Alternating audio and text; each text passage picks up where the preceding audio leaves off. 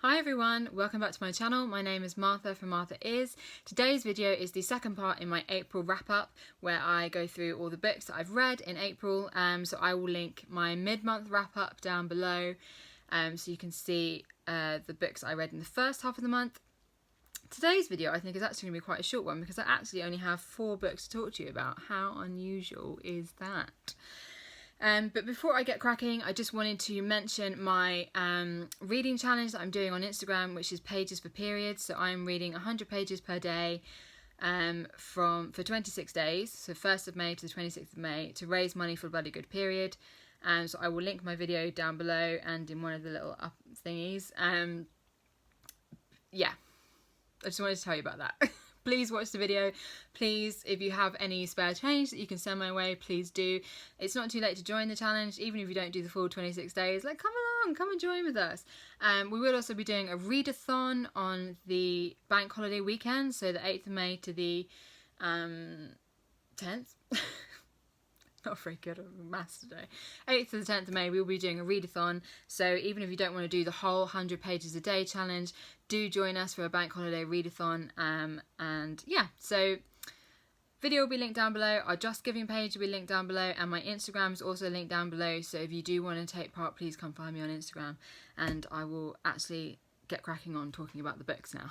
Okay, so yes, I only read 4 books in the second half of April. I don't know about you, but recently I have found it quite hard to like settle and to concentrate, and so I keep starting books and not finishing them. So even though I've only got 4 to talk to you about, I have started a great many more.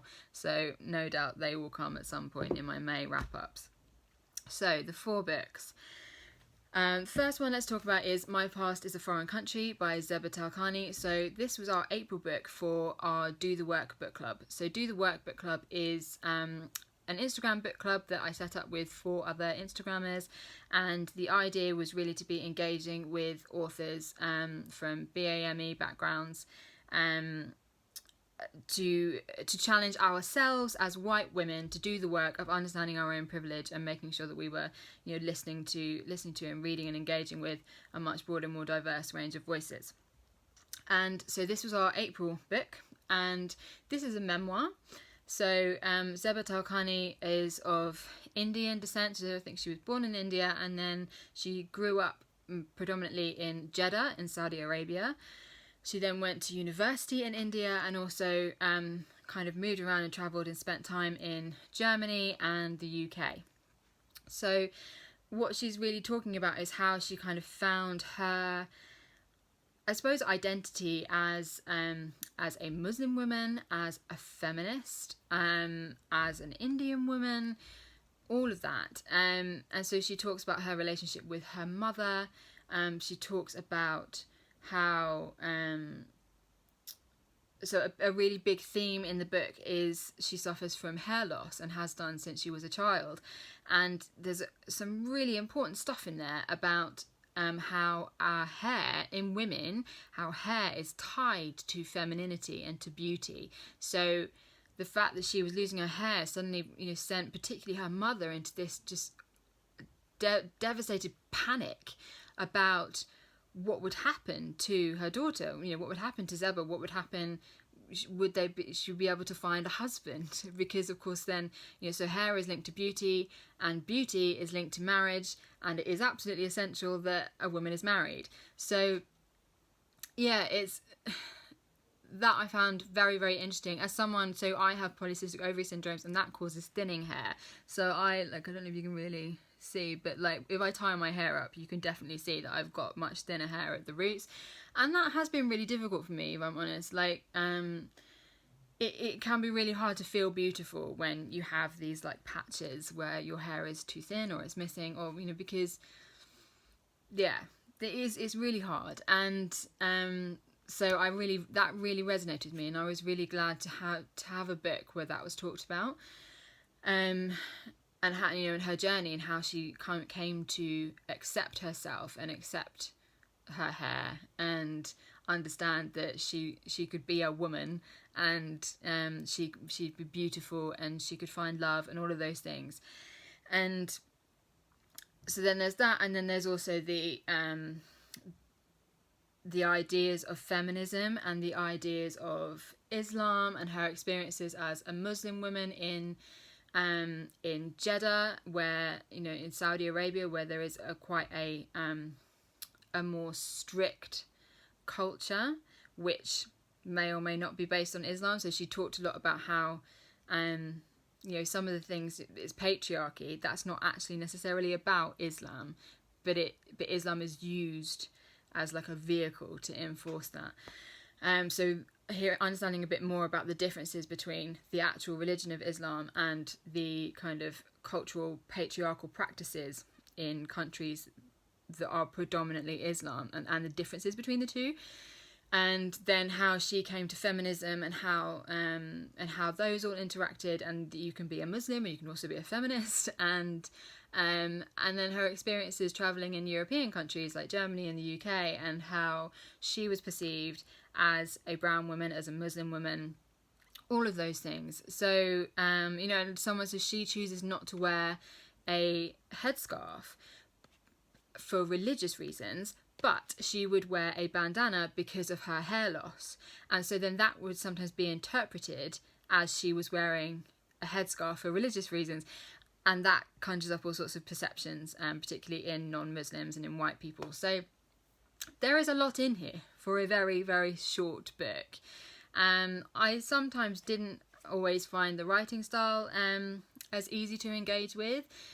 So I think I started this book and then I put it down and then I came back to it. I think it was the early parts where she's talking about her relationship with her mother, which I found difficult, which might as much be about me as about the book. So don't let that put you off you read it. But I think for the whole experience, I gave it 3.5 stars. But like the latter half of the book, where she's an adult talking about much more detailed about her identity, I found that very, very good. So yes, there's that one. My Past is a Foreign Country by Zeba Talkani. Next one that I read was Accidental Saints by Nadia Bolz-Weber. So this one has been on my TBR for ages. So I was gifted this by my godmother. When I was a teenager, was unbelievably an evangelical Christian. I am no longer an evangelical Christian. I would probably describe myself maybe agnostic. I mean, I don't go to church. I don't really engage with religion. But I think my problem has been the barriers for me are more about the church as an institution, and some experiences with people who identify as Christians, rather than the bigger idea of God or Jesus or whatever. But so yes, I would now kind of describe myself as agnostic. But my godmother gifted me this book several years ago, and there was just something about it. This pandemic has kind of made me just sort of start thinking a little bit about this area a bit more. And so I decided to pick this up. And I found this to be actually a very useful book. So Nadia Bolz-Weber is a pastor in Denver, Colorado in the US. She runs a Lutheran church, and she is, I feel like you'd probably maybe describe her as like a maverick. So she has lots of tattoos. She's got like short hair. She's a woman pastor. That's already a bit of a maverick. And she swears, and she used to have problems with addiction, all of those things. And so I think because of that, she has become quite a figure in the media, for being quite sort of outspoken and stuff like that. So I found that really interesting. So in this book, she talks a bit about people that she's met. It's kind of sort of a book of, I suppose, anecdotes or vignettes of sort of experiences that she's had or people that she's met, and how she basically sees herself as kind of screwing up a lot, and ways in which she screwed up, and how that relates to the idea of grace and mercy and forgiveness and all of those things. And I liked it a lot, actually. I found it very relatable, because here is someone who is happily admitting she messes up all the time, and not in that kind of disingenuous kind of messing up, like, oh yeah, I mean, I'm not a perfect person, I didn't clean my kitchen today. None of that. She's actually, really talking about, like, yeah, okay, well, I really don't like this person who goes to my church. I didn't like this person who goes to my church. I found it a chore to spend time with them, and, and then actually I realised there's so many ways in which they bring so much value to my life. There's that sort of thing, because I am a super judgmental person when I want to be, some more often when I don't want to be, and you know, it's that sort of thing that is much harder, I think, to engage with religion, or the perceptions of religion, of feeling like you kind of have to be a good person all the time, or the idea of kind of God loves you anyway. And I find it quite murky, to be honest. I find it quite difficult. But more importantly, back to the book, I found this book very interesting and easy to engage with. So if you are someone like me who has kind of maybe some religious backgrounds that you've not totally let go of, or is someone who is questioning or is just kind of interested, this is quite a good book, I think, to engage with. The contexts are very different, so the context that she's working in is very, very different to me living in London, but I still think it's quite useful. Next book, Charlie and the Chocolate Factory. So I was doing a little Goodreads thing. I'm part of several like challenge groups on Goodreads, and one of them, they had an April challenge to read banned books, which is why I picked up a couple of Roald Dahl, because unbelievably Roald Dahl books have been banned in several places in the past, which I find insane.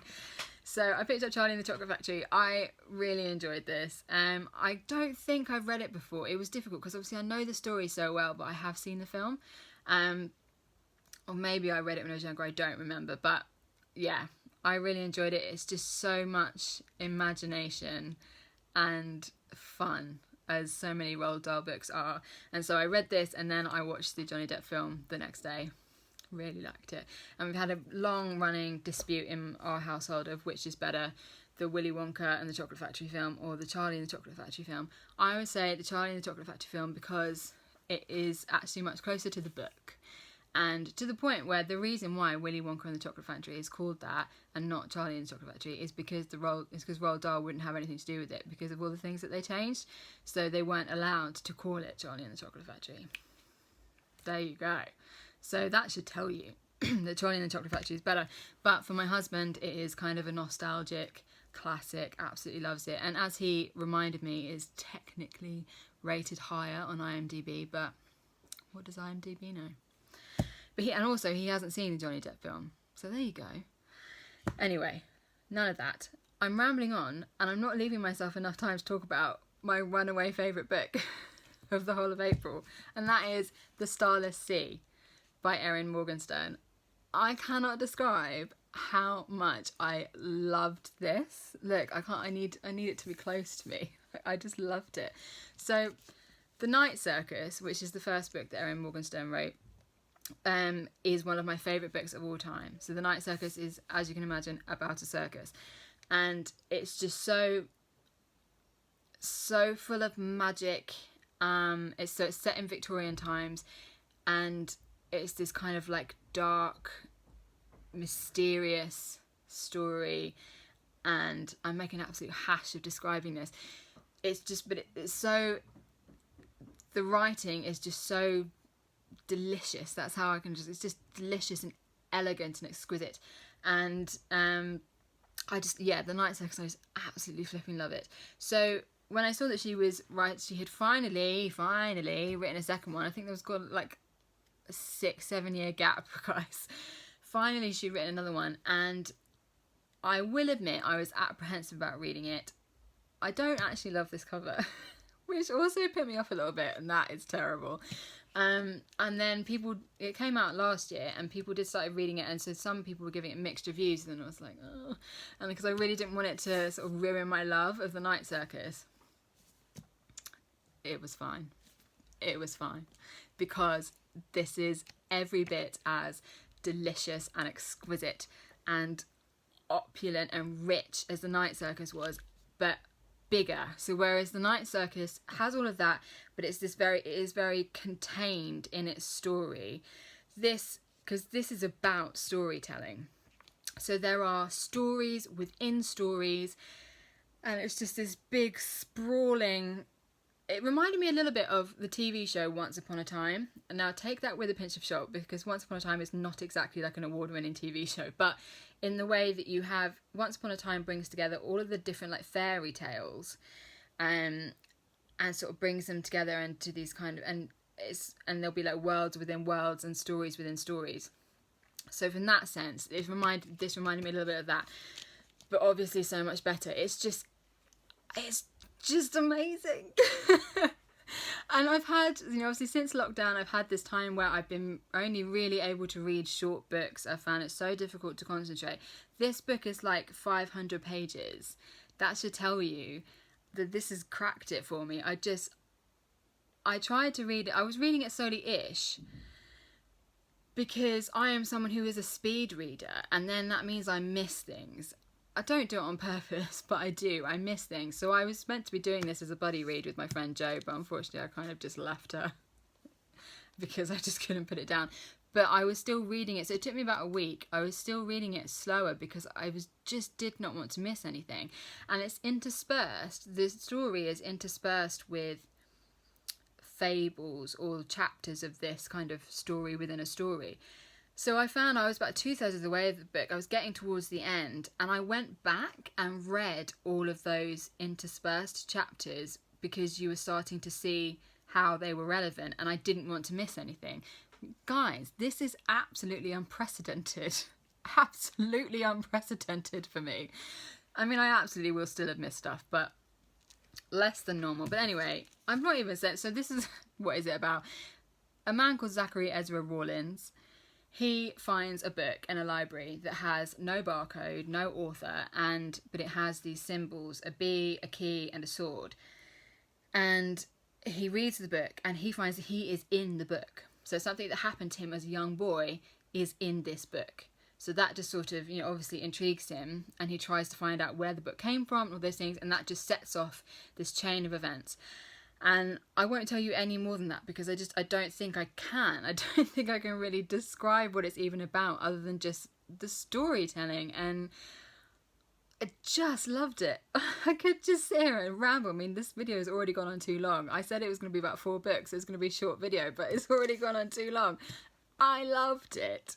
So read it. Just read it, honestly. It is just absolutely exquisite. This will be within, I think, my favourite books of all time. I now would say anything Erin Morgenstern writes, I will just read it, buy it without question. Doesn't even matter. I probably won't read the blurb. Oh, this is just brilliant. Anyway, I'm going to stop now. I've gone on too long. I hope you are all well. Let me know what you read in the month of April. If you liked this video, please give me a thumbs up, subscribe to my channel. Please do consider looking at the Pages for Periods video and donating to us. It's a really, really great cause. And I will see you again soon for another video. Bye!